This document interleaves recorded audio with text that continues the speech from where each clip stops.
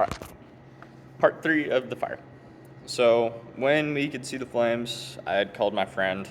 He could also see them, and we're like, "Oh boy, this is not good. It's going down." Um.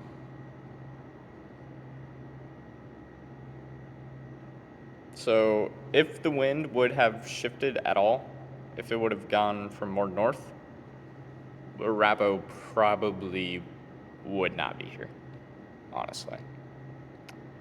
And the next town over to the east is Edison. It's only a population of about 200 or so, I believe. Small town. So they had gotten evacuation orders. So everybody from Edison was supposed to evacuate. And that was not a good situation. The news station we listened to, NTV, out of Kearney, they had said that's probably our first ever evacuation order. I was like, oh, that's not good. So that was crazy. Um,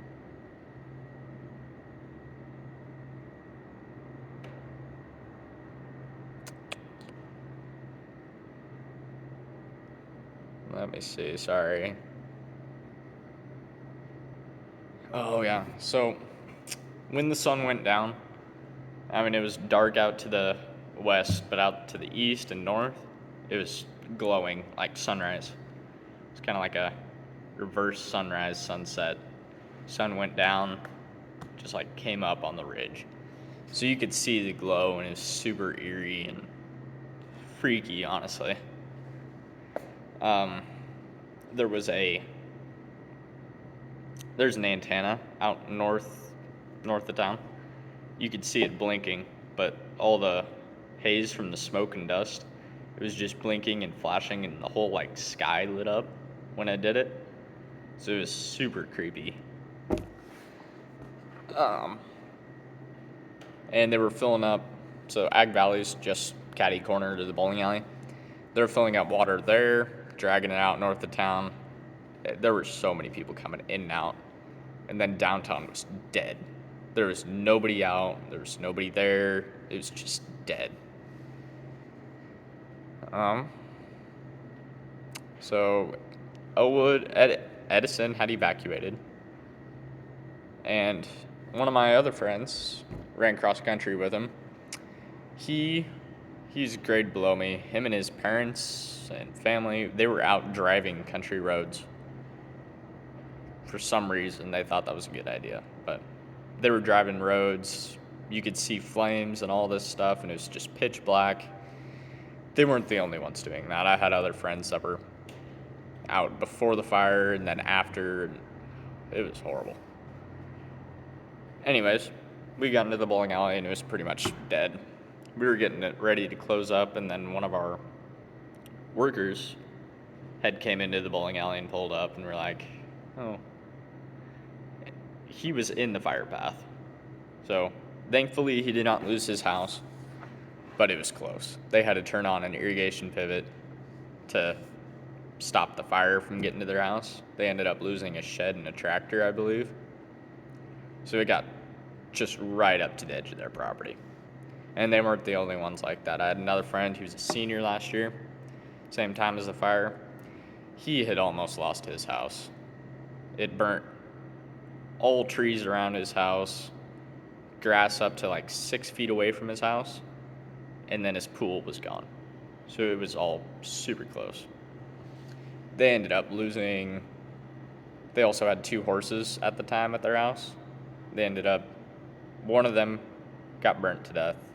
The other one they had to put down because its feet were burnt so bad. So they put it down the next day after looking for it. A lot of people were looking for that horse. And so our cook, he gave us information about what was going on. He said the deputy north of the town stopped him, saying he couldn't be there, but he was like, we had to evacuate, like we didn't have anywhere else to go. So he had told us that one of our teachers' houses was still standing, and we all thought that thing was gone. Firefighters thought it was gone. There were people afterwards saying, "Did your house make it?" Or firefighters asked if their house made it, and they said, "Yeah." They're like, "There's no way. I could see it burning." I was like, "That's crazy." There were so many places that were just almost gone. I don't know how they survived either.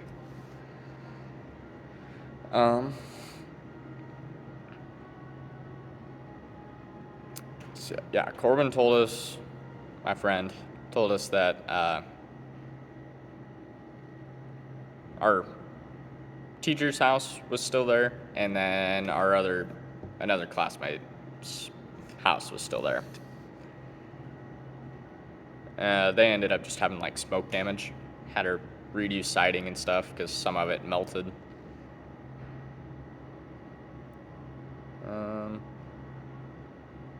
Oh yeah, so kid below me, we're good friends. His house ended up being burnt to the ground. He lived north of town. I remember driving by it a week or two after, and it was just a mess. There was nothing left, and he was in FFA, so he wasn't even around here when it happened. That was not a good situation for him. Although a lot of people said up there he was fine, he was actually kind of joking with them. He said they went to Shields up in Lincoln. They were like, "Well, guess I'm gonna have to buy a whole new wardrobe." It was kind of a joking little thing, but they said he started kind of breaking down about the time they got to Edison. They could see the burn scar. They came back like 2 days later, I believe.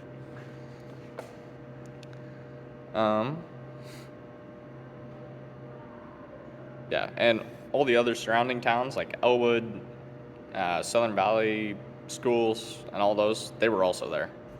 So there were a lot of people not here to experience it. I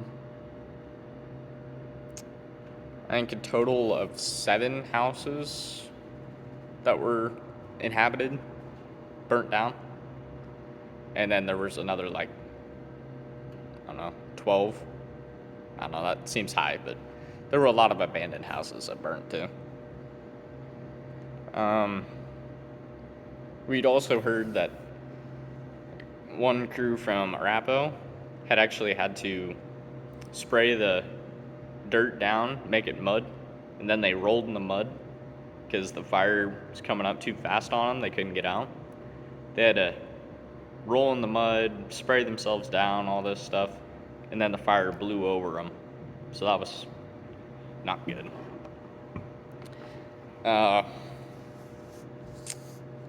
Yeah, we'd been told all these houses were gone, and it was not a good situation.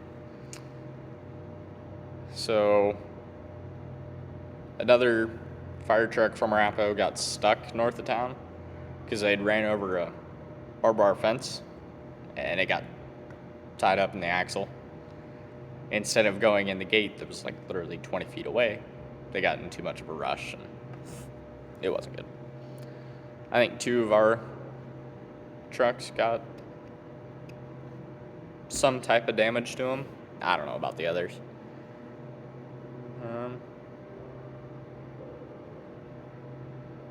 So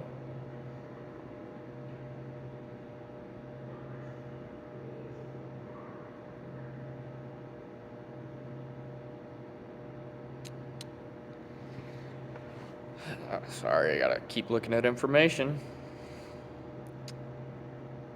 And at the bowling alley, I was sitting out back by that door, and we could just see trucks heading up north of town, coming in, coming back.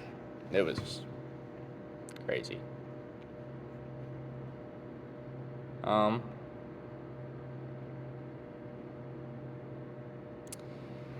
So the fire ended up burning 34,000 acres.